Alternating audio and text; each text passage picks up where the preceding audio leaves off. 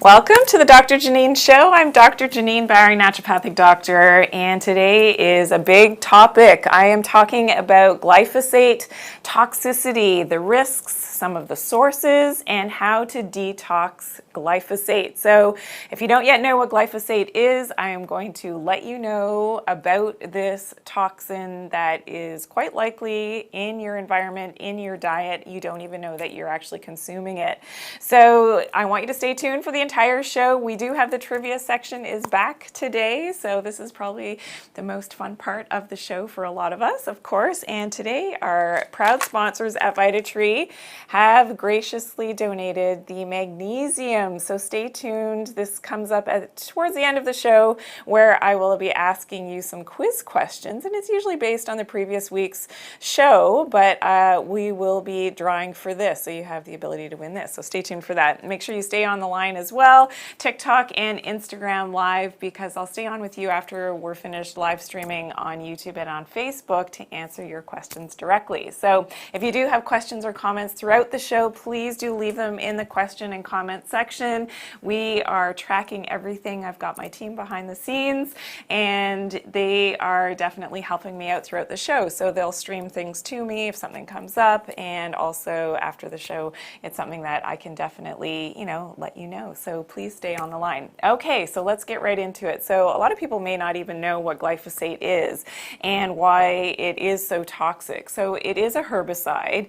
It's also used as a desiccant. So this is one of the newer uses of the glyphosate as something that helps to dry up the crops. And the technical chemical name is N-phosphonomethylglycine. Now glycine, just remember that it becomes very important. It is found in most common weed killers that are out there. So there are some, Roundup would be a common brand name that does contain glyphosate, and there are other brand names as well that do contain this glyphosate, which is quite toxic, and it's sort of been suppressed in terms of the real news as to in the scientific, data behind this very controversial in a lot of countries ingredient, but it is something that is important that we know about, especially for our overall health. And the way that it was discovered was that they used this chemical and it killed most of the crop, and yet there was one weed that survived the glyphosate. So it was initially actually manufactured as a broad spectrum antibiotic. It kills everything, and when you understand sort of the physiology of the glyphosate, which I'll get to in just a moment, you'll understand why it is so detrimental, not only to plants but to living mammals as well.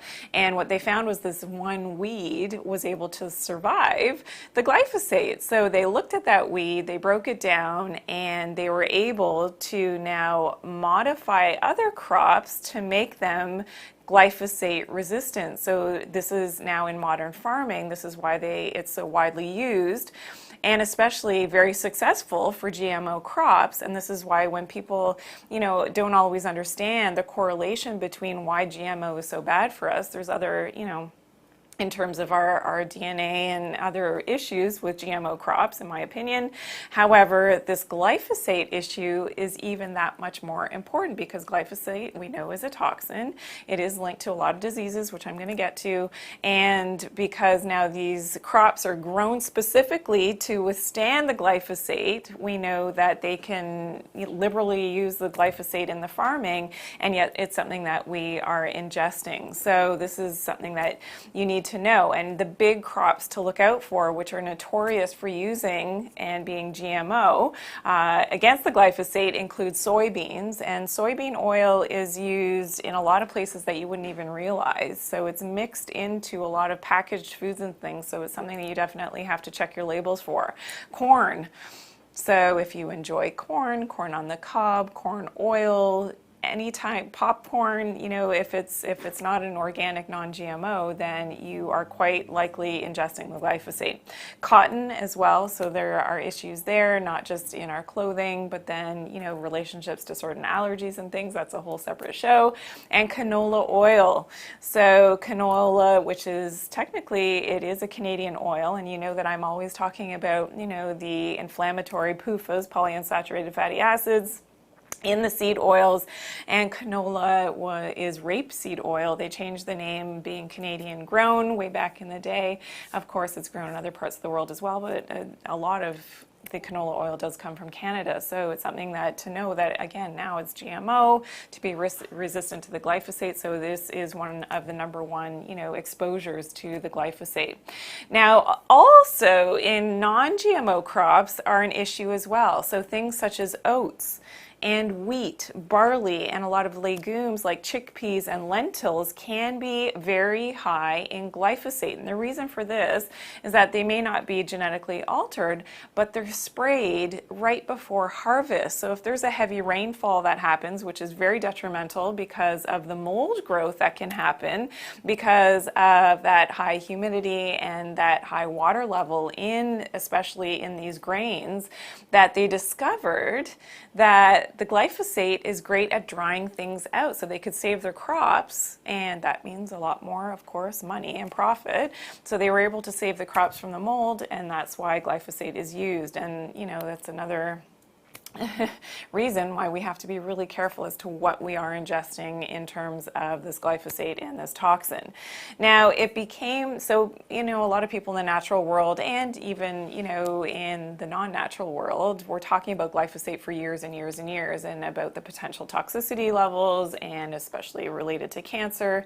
But it came under serious scrutiny in 2015 when the IARC, which is the International Agency for Research on Cancer, and this is where a lot of scientists will in this agency will gather to give their data in terms of how certain ingredients that are in our environment, in our foods, either are carcinogenic or possibly carcinogenic or not. And in 2015 it was determined that glyphosate was a possible carcinogen, and this is what opened up Pandora's box for a lot of lawsuits. And since then, more than 42,000 people have filed lawsuits against Monsanto, who was the previous owner of glyphosate. Now Bayer has bought them out, and especially for the non-Hodgkin's lymphoma. So this is what was proven in the literature, that direct relationship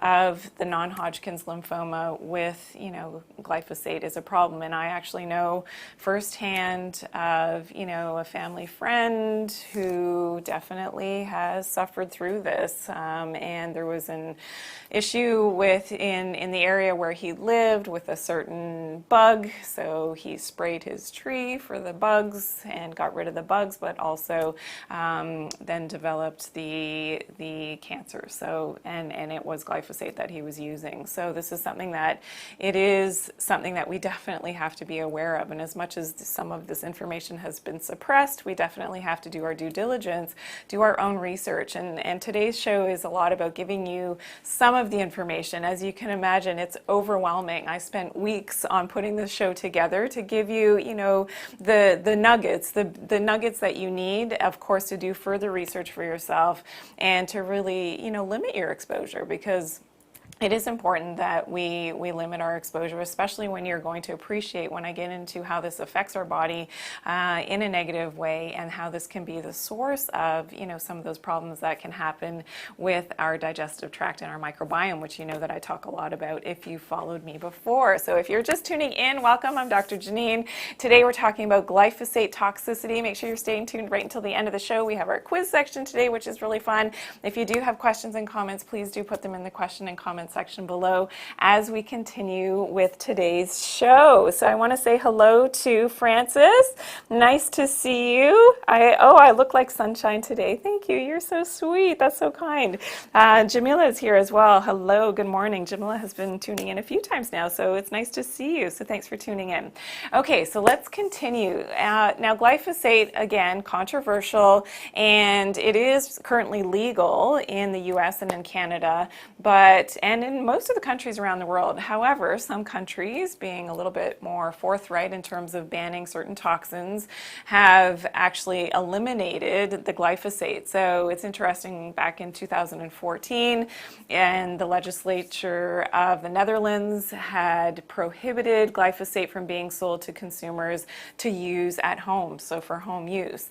As of June 30th of this year, 2021, the sale and use of glyphosate herbicides are banned in Vietnam. So that's interesting. And also the German government also announced in 2019 that the use of glyphosate would be prohibited starting at the end of the year of 2023. So countries, that are more on track, they look at the research, they definitely are doing what, in my opinion, they should be in terms of removing glyphosate from the toxic environment that we find ourselves in already. Besides just the glyphosate, we've got a ton of other industrial toxins that are around us at all times.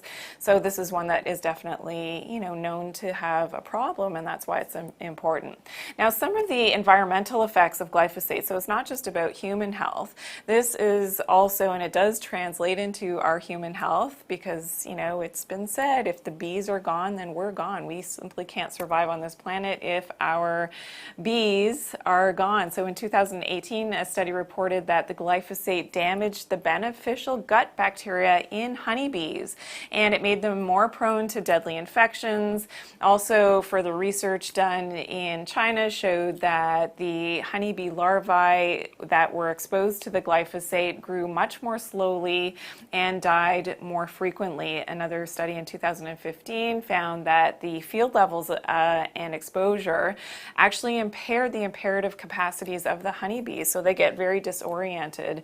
And now in some, regions in the US, they're actually feeding. So in the feed that they create for the honeybees themselves, which I found was so interesting, they're feeding them probiotics, so Acidophilus and Bifidobacterium, which is something that I take every day to help my microbiome, but I didn't know that it helps the honeybees' microbiome as well.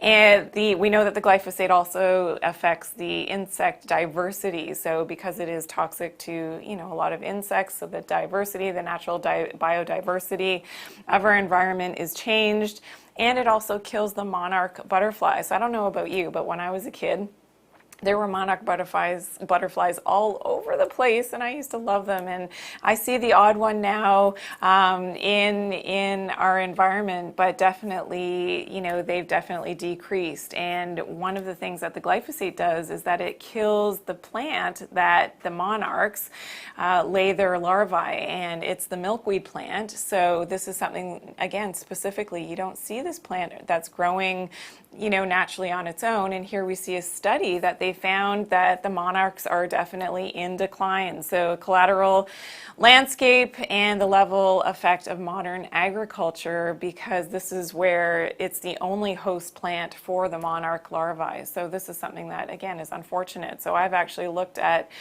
buying some milkweed seeds that I will be planting. It's a little bit late in the season for this summer, but that's what I'm doing for my garden for next year, just to help the environment. I mean, whatever we can do on an individual basis definitely will have those long-standing effects, further down the road. So hello to Mohan on Facebook. Nice to see you. Thank you for tuning in today. If you're just tuning in, I'm Dr. Janine, talking about the environmental effects of glyphosate toxicity. So here we're talking now about the soil. So we know that glyphosate actually pulls the nutrients out of the soil, especially the minerals. So it is a mineral chelator. So it chelates out zinc, magnesium. So this is something that I've talked about in my magnesium shows, that magnesium deficiency is a huge problem. It's because of modern agriculture, and the use of glyphosate is one of those things that will trap that magnesium, so the plant no longer has that magnesium.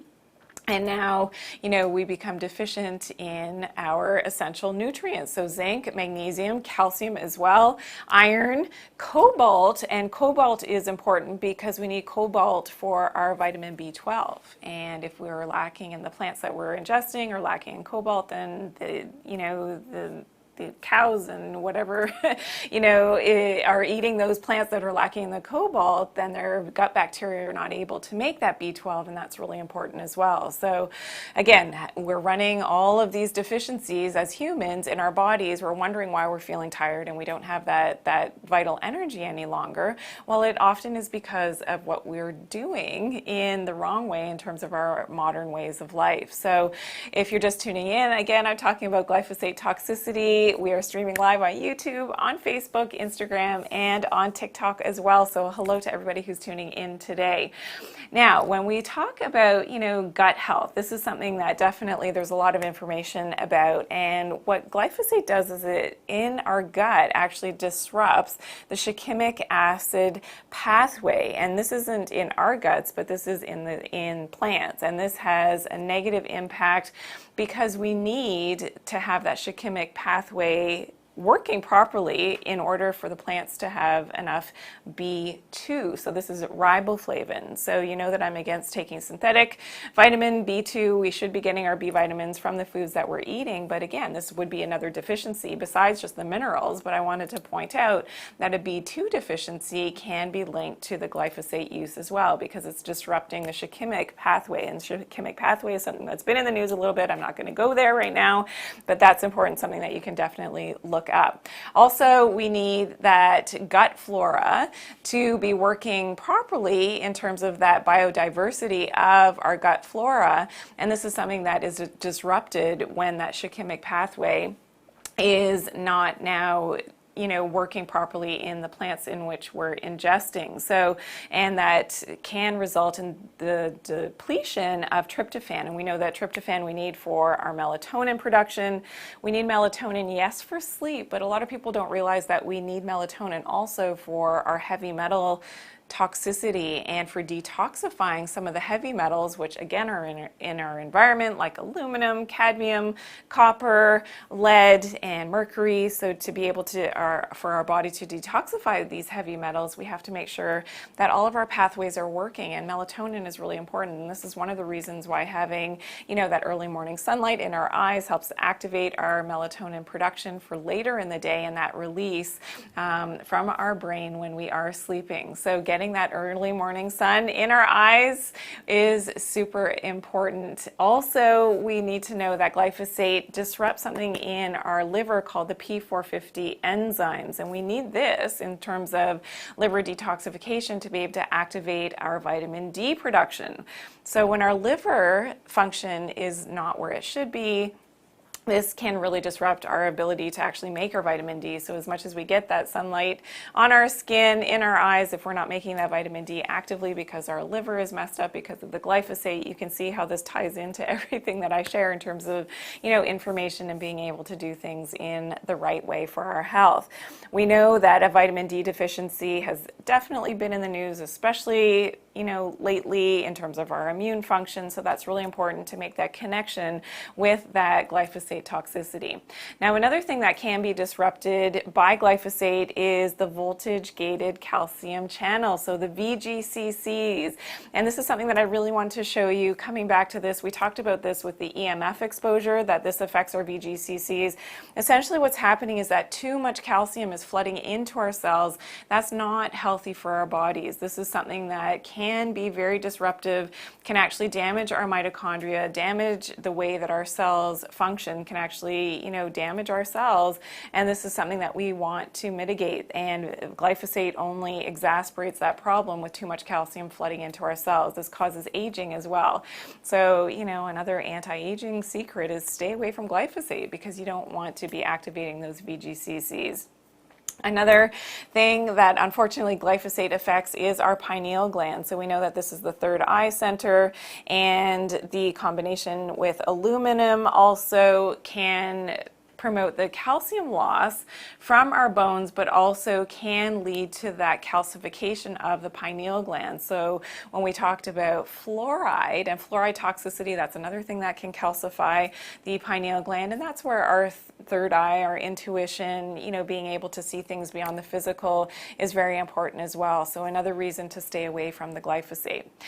Now, glyphosate does replace glycine. So in its chemical structure, glycine and glyphosate are very similar. So the unfortunate thing is that glycine is very important as well for anti-aging, but what happens is protein folding, and this is something that now will affect our mitochondria, which are our energy-producing cells of the body, can no longer make that vital ATP, and this is now linked in the research to prion diseases. So if you've heard of mad cow disease, which is something called bovine spongiform encephalopathy. This is something that was actually first appearing in the UK, if you remember back in around 1986. And what they didn't tell you was that this was actually linked to the glyphosate that was in the feed of the cows. And it was used to control the weeds and to produce the animal feed. So the cows were ingesting the glyphosate, the mad cow disease, and here in humans it's called Creutzfeldt-Jakob disease. So this is something that we definitely have to be aware of in terms of brain health. And if you do a lot of research, there's some really unfortunate and really scary and not so pleasant pictures about babies that are born, and I looked at, it's terrible. But if you really want to see them, you can look at, the detrimental effects of the glyphosate on, not only pigs and dairy cattle, but on humans as well. So it's there. Now, the other aspect of glyphosate is that it increases certain types of mold. So one of them is called Fusarium species, and this can happen in crops. And now the need of fungicides is that much more prevalent in terms of farming. So not only do we have, more fungicide exposure because the glyphosate is causing another problem, but also more mycotoxins. And this definitely negatively impacts our gut health and the way that our gut bacteria is working. So remember that glyphosate chelates those heavy metals. We need the heavy metals to help with the proper balance of our microbiome, and our microbes, in terms of a healthy microbiome, to actually produce those short-chain fatty acids, so butyric acid being an important short-chain fatty acid in the gut, and this is important for that proper functioning of our gut microbiome. So when people develop, these IBS and Crohn's colitis and all of the things that I'm going to share the whole list of, what the glyphosate toxicity is related to, especially in terms of gut health, think of our immunity as well, because over 80% of our immunity does come from our gut. And when we have this situation of the unhealthy microbiome, this is something that we definitely want to look at the root cause, and eliminating that glyphosate is one of those things that is very important. Now, not only do we kill off some of our good flora when we have glyphosate in our system, but it also allows for some of the more pathogenic gut bacteria to propagate and to grow. So things like Salmonella, Clostridia, Klebsiella. So these are all the less favorable organisms that we don't want in our microbiome. And this is something that can definitely flourish when we have that glyphosate in our diet. So this is something, again, that we have to think about. And that inflammation can definitely affect our brain function as well. So we know about the brain-gut connection. It's really something that we have to be aware of. Now, what are some of the risks of having glyphosate exposure for your health? I'm going to get to that in just a second. I want to say hello on YouTube to Serene Waves. Thank you for tuning in today. It's so great to have you here. So if you do have questions or comments throughout the show, please do put them in the question and comment section, and make sure you're staying tuned because our quiz section is coming up really soon. Oops, and I lost my shoe. I'm going to put that back on. So let's get into the risks of glyphosate exposure. So one of the things, in terms of your overall health, so chronic kidney disease and liver disease. So when we think of our major internal organs, this has been linked to glyphosate exposure, as well as the gut symptoms. So whether it's IBS and SIBO, so one of the things that the glyphosate will do, it can actually paralyze the gut so that we don't have that proper gut motility, and now some of those, less favorable organisms and those bacteria can overgrow in the small intestine.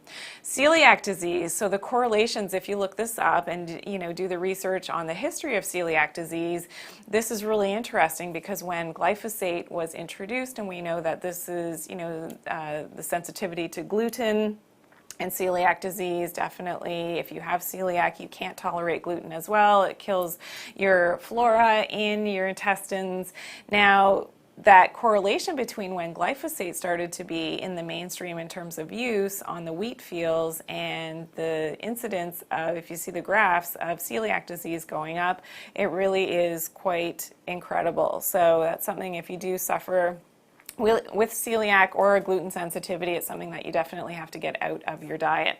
Colitis as well, and overt inflammation in the gut has been linked to glyphosate, as well as reproductive problems. So whether that's a decrease in sperm count and, you know, the inability to conceive, definitely linked to glyphosate toxicity, as well as birth defects, so things like cleft palate and anencephaly, sorry, that's a tough word for me, anencephaly. So yes, so the lack of, you know, brain tissue, this is something that's really, you know, devastating. And these are some of the pictures that I was saying that I looked at. You don't have to look at them, but I did because it's part of my research. And yeah, it really, I had to take a few breaths. It's not a nice story.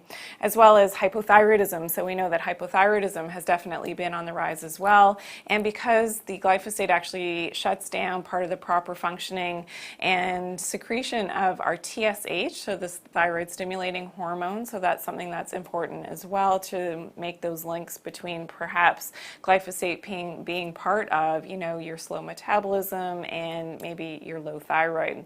As well as autism. So there's a lot of research on autism and glyphosate exposure, so that's something that definitely you can do a lot more research on as well.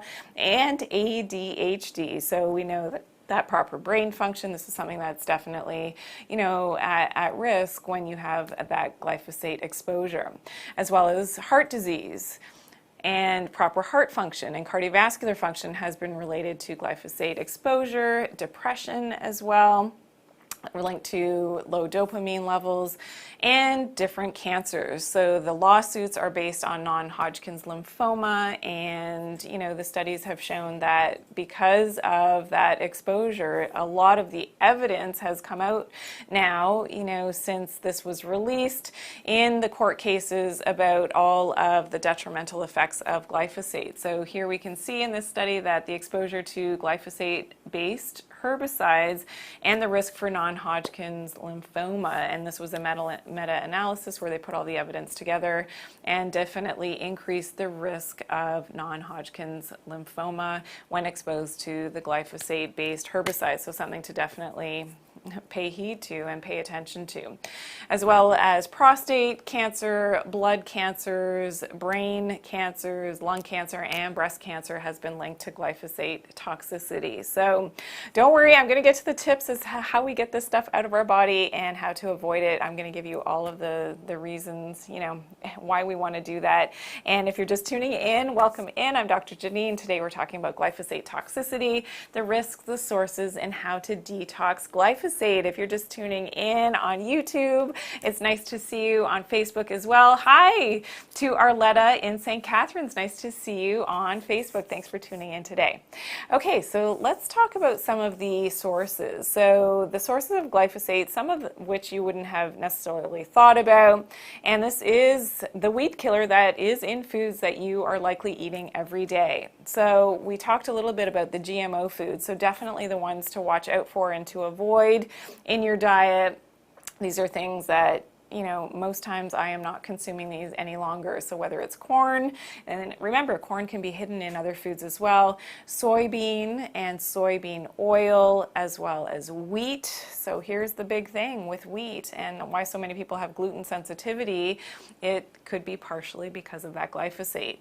Canola oil as well. So these are the seed oils. You definitely, especially if they're genetically altered, you definitely want to avoid them.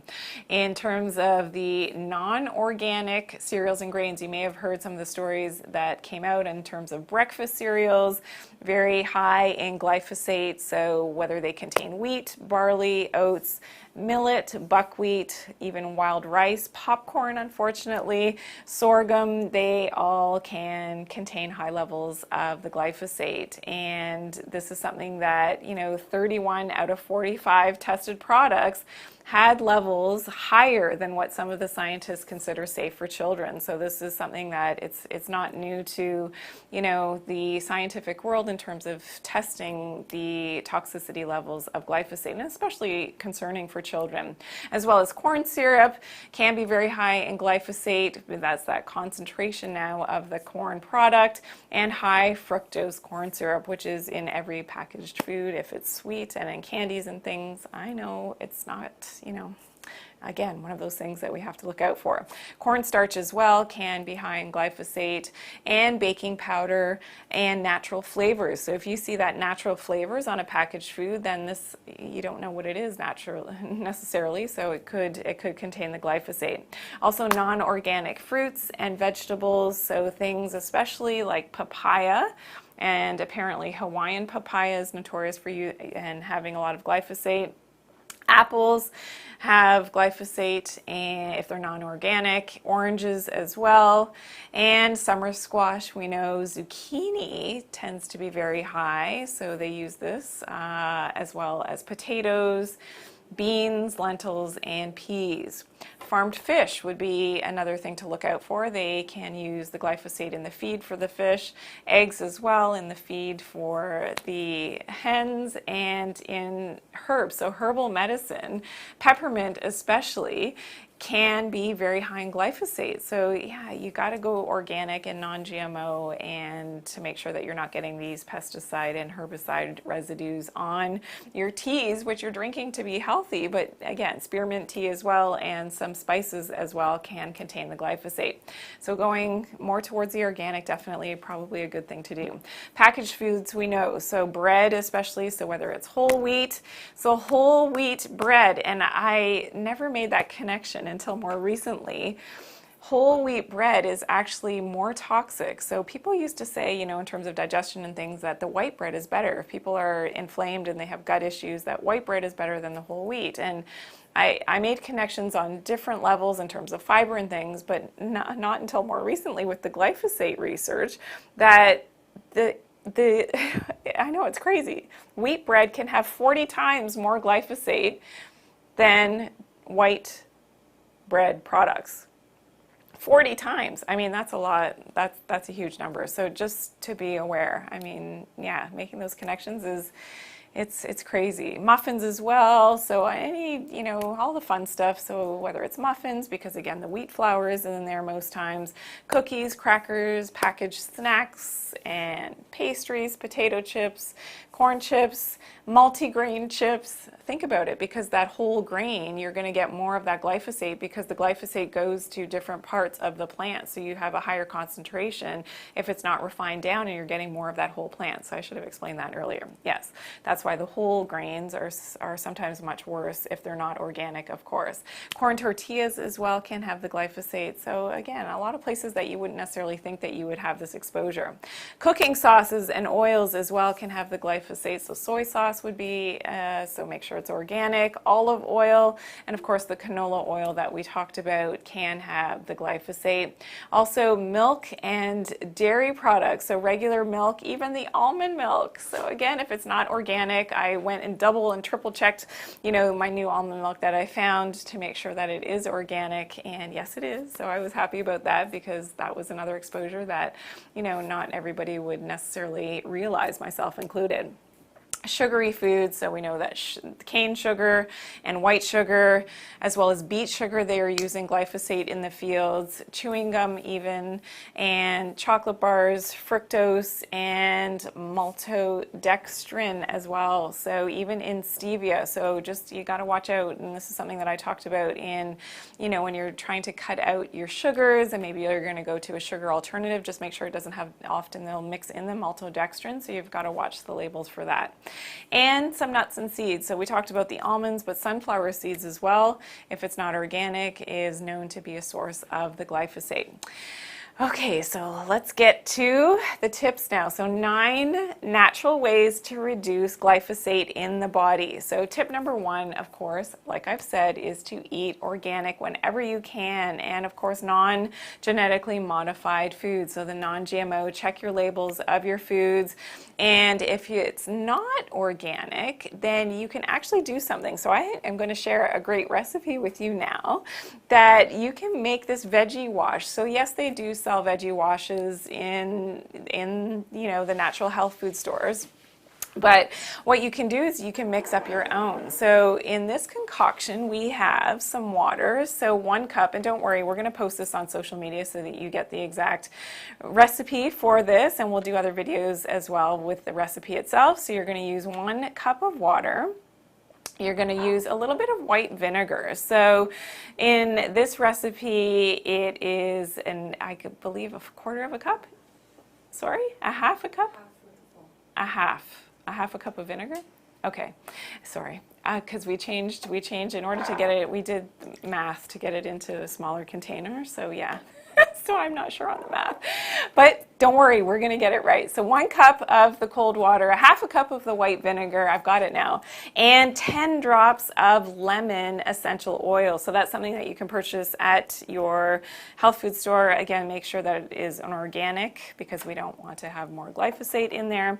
And you're going to mix that into a spray bottle. And all you do, and this is fantastic, all you do is you spray your veggies. So if you do have to purchase non-organic fruits and vegetables, you just spray this onto your produce and let it sit, and then you're just going to rinse it off. So this is in part of your washing cycle of your fruits and vegetables, and this is great because the vinegar actually helps to break down the glyphosate, and then you can wash it away more effectively. So yeah, it's great. I want to hear how that goes for you. And the smell is lovely. I mean, you would think because of the vinegar that it's not great, but it is quite lovely, and it's not going to leave a residue or sort of a lemony kind of taste on you're going to wash that away when you wash it with the water in your sink. Okay, tip number 2 is to use apple cider vinegar. So this is something that you can ingest. I like about a tablespoon per day because apple cider vinegar does break down glyphosate. So that is a great tip, and that's a great way that you'll be able to get it out of your body. Tip number 3 is to make sure that you're upping your supplementation. So we talked about magnesium, especially a magnesium with glycine, because remember, the glyphosate is mimicking glycine in your body. So you're running a glycine deficiency, and that not only leads to the aging process, but that causes that protein folding in your cells. And this is not something that you want in terms of, gut health and autoimmunity and mitochondrial health. So making sure that your magnesium has more glycine in it. That's why I like magnesium bisglycinate, because that is the best way to go to get that extra glycine, but also to ensure that absorbable magnesium, as well as zinc. So you want to make sure that you are getting enough zinc, and it may be something that you need to supplement, and making sure that it's with the right ratio with your copper is very important, and also vitamin B12. So you'll understand now, because the glyphosate is chelating, remember that cobalt in the soil, that it's something that we can run the risk of that B12 deficiency because of the glyphosate toxicity. Tip number 4 is to do a full body detox. So you know that I'm all about, getting those toxins out of your body. Doing it at least 3 to 4 times per year is important. Using specific herbal medicines to be able to get at all of those toxins in the internal organs. And that's why, including liver, which we know is important for the glyphosate and functioning of your P450 enzymes, but also the kidney function, also your skin. So getting it out of all of the internal organs is important. So we'll share a link in the description of this video to make sure that you get a link to a good full body detox. Okay, tip number 5 is to use grass-fed products. So as much as possible, eating grass-fed is definitely the way to go. So whether this is grass-fed collagen, which is naturally rich in glycine, so that's very important. but also, excuse me, other dairy products, so things like butter and meats that are also lower in deuterium, and that's something that I'm going to be talking about in a future show all about water. We want to be consuming deuterium depleted water in our food and in the water that we actually drink, and that's really important for helping to alleviate some of that toxic load in our body as well, and for the way that our mitochondrial cells function to actually produce our ATP. Okay, tip number 6 is to make sure you are following Mother Nature's prescription, which you've heard me talk a lot about before if you've seen previous episodes. So definitely getting that sunlight first thing in the morning is so important. Getting outside and enjoying getting that sun in your eyes, walking out in nature is fantastic as well, and grounding. So making sure that your feet are on that soil, connected with the earth, and doing that naturally. Of course, tip number 7 is to make sure that we're taking care of our gut microflora. So probiotics are very important, whether it's in a supplement, but also eating probiotic rich foods. So things like sauerkraut is especially important because it specifically breaks down the glyphosate into carbon dioxide and water. So one of the beneficial bacteria in sauerkraut is very specific at helping to detox that glyphosate. So this is something that in previous episodes I have my recipe, how I make my own sauerkraut. I love it. It's delicious, and it's something that is so super easy to make. So make sure you check out my other episodes on that. Tip number 8 is to eat sulfur containing foods. So things like seafood, pork, and organic eggs. Oysters are really important as well to be able to get that sulfur so that you can sulfate your vitamin D, which is important, but also is very protective against that glyphosate toxicity and for our overall energy and functioning of our mitochondria, and turning that sunlight energy into that electrical current in our cells so that we can function as we're meant to. Tip number 9 is to make sure that the water that you're drinking is structured water. So this is something that I love, reverse osmosis water that is, filtered, not only removing other toxins, but also, making sure that you structure it by putting it in the sunlight. So this is a future post that I will be sharing with you, putting that water out into the sun, ideally, and swirling it around a little bit, but structuring that water so that it really does have that ability to quench that internal thirst and making your body's ability to make its own water that much more efficient. So good quality water is really important, flushing out our system and getting rid of those toxins. Okay, so here we go. It's quiz time. So remember, we are playing for the VitaTree Magnesium, and again, this is something that we talked about in the show today when we talk about, making sure that we are not having magnesium deficiency. And now I am going to be able to answer your questions, and this is, going to be great after the quiz section. So this is what we're playing for. So just do your best to answer the questions. It doesn't matter if you're right or wrong, you still will be entered in to win. Okay, this is fun. So hello to everybody who joined today. Nice to see you. And here we go. Are we ready for question number 1? Okay. We got everybody? What is more important for fat loss? Proper deep sleep and stress reduction, or diet and exercise?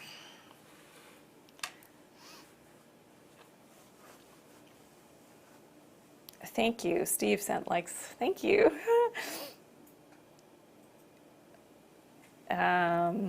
Anybody know? So what is more important? This is something that we talked about in last week's episode. Instagram has it? Arisa? Alisa. Jojo. And Alisa and Jojo? And Gen T have it. Oh, Instagram is quick today. Never Aging Bella, good try. Nancy, good job. Steve, good job. Jamila was fast today. Tony, it's okay. You're at work. It's all right. Thanks for saying hello. Raina, 777. Everybody's quick on TikTok too as well. Anybody else? Yes, Aisha is here. Nice to see you, Aisha, on Facebook. Good job. Okay. Anybody else? Okay, so the answer is yes. Proper deep sleep and stress reduction is actually more important than diet and exercise when it comes to burning fat and losing weight. Yeah, believe it or not. So that's, a lot of people don't realize that. The importance of sleep is something that we talked about in the episode with Darcy Clark last week. So if you missed that episode, make sure you check it out. Okay, question number two. True or false? HIIT training, so high intensity interval training, is the best exercise for all women who want to lose weight. True or false? And just attempt the questions, everybody. You still have a chance to win, so yeah. Jamila, I like your answer. Raina, I like that too. Nancy, good job. Jojo and Jen T, yeah, on Instagram. Thank you. Good job. Anybody else? Aisha, good job on Facebook. Sorry, who? Bohemstra on Instagram. Good job. Sorry? Colleen on Instagram as well. Great. Steve, good job. Barb. Anybody else? Arletta, good try. Good try. So the answer is actually, anybody else want to get it in there really quick? Anybody else? So the answer is false. So HIIT training is not the best exercise. It is a great form of exercise, but it is not the best exercise for all women who want to lose weight. And that's something, if you want to check out more about what we discussed, then check out last week's episode with Darcy about that, specifically about the types of training for women, especially if you have thyroid conditions and things. Aisha, thank you. Thank you for tuning in. I love it when you tune into the shows. That's so kind. Okay.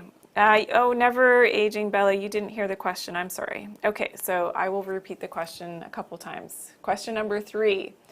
What is an important mineral to replenish, especially if you are exposed to a lot of EMFs? So what is an important mineral to replenish, especially if you're exposed to a lot of EMFs? So I actually talked about this in today's episode. So if you were paying attention today, I talked about this a little bit. So what's an important mineral to replenish, especially if you're exposed to a lot of EMFs? It's something that I talked about in the EMF show. Anybody else got a stab at it? No, nobody knows this one? Pascal, thank you on YouTube. Thank you for tuning in. I'm not familiar with that brand, so questions coming in from Pascal about water filters. We will be having a show all about water, so make sure you're subscribed, and I'll go through different filters and things, but that one I'm not familiar with. I would have to do my research. Jen T, Raina is trying. Good try. Jen T has it. Okay, anybody else want to take? Arletta, good job. Aisha, good job. Wow. The question is, what is an important mineral to replenish, especially if you are exposed to a lot of EMFs? Nancy on TikTok has it. Yes, Nancy, good job. Raina, you tried. You tried. That's all I asked for you, is trying. Elisa? Elisa on Instagram has it as well. Good job. Okay, so the answer is magnesium. Yes, so especially if you've got a lot of exposure, you want to make sure that you are upping your magnesium. Okay, tip or question, number 4. What usually comes first, leptin or insulin resistance? So if you have issues, what usually comes first, leptin or insulin resistance? Jenna, good try. I'm seeing I get a bit of a delay, but good try on your answer with the iodine. That's probably true too as well. The iodine with the EMF exposure, that's a good one. I like that answer. Very good. Yep, Nancy, good. Steve, good. Jamila, good. Genti on Instagram, good job. Aisha, good job. Arletta, good job. Wow, everybody's fast on that one. I'm so happy, actually, because that means you've been listening to me about the leptin. I just gave the answer. Yes, it's the leptin. Jamila, good job. And Raina, good job, good job. I know your answers came in before I let the cat out of the bag, but I'm so happy. That means you're paying attention and you're listening. I feel like a happy teacher right now. The students are learning. Good job, everyone. Okay, and question number 5. True or false? Working in is just as important as working out. True or false? Working in, so working on your inside, like meditation, yoga, deep breathing, is just as important as working out. It's too easy now. It's something that we talked about with Darcy last week. Very good. Everybody's fast on this one. Raina, good job. Steve, good job. Jamila, Layla, good job. Nancy, good job. Nancy, more than true. I like that answer. Absolutely. Detrell, nice to see you. Thank you for joining. Instagram.